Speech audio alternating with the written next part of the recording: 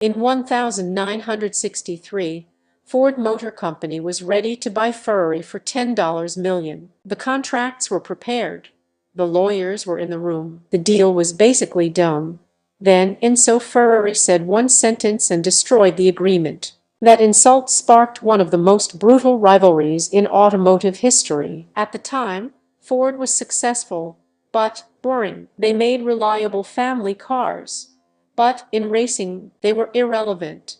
Meanwhile, Ferrari dominated the 24 hours of Le Mans. Winning Le Mans meant prestige.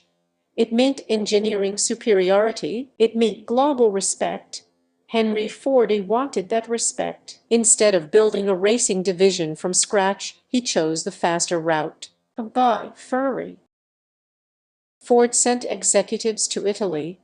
Months of discussions, financial audits, lawyers reviewing every detail. Everything seemed fine until Ferrari noticed something in the contract. Ford would own Ferrari, and Ford would control Ferrari's racing decisions. For Ford, that was business.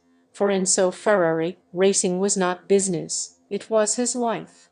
When Enzo realized he would lose control of his racing team, he stood up and ended the negotiations. Some reports say he told Ford representatives that Ford didn't understand racing and never would. Ford executives flew back home humiliated. The deal collapsed. After months of work, Henry Ford was furious.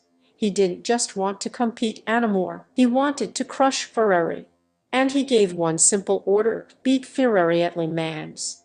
Not in sales. Not in luxury, on the track. Ford built a race car from scratch, the legendary Ford 40. They hired top engineers. They invested millions. They studied Ferrari's weaknesses. But the first attempt, disaster, mechanical failures, embarrassing losses. Ferrari kept winning. Ford was learning the hard way. Racing isn't bought overnight. After years of testing and humiliation, 1966 arrived, Le Mans. This time Ford came prepared, and when the race ended, Ford didn't just win. They finished first, second, and third. Ferrari's dominance was shattered.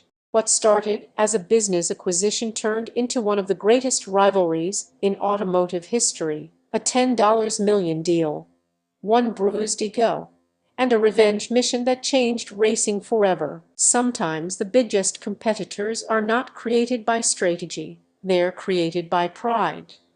Kindly subscribe to our YouTube channel for more informational videos.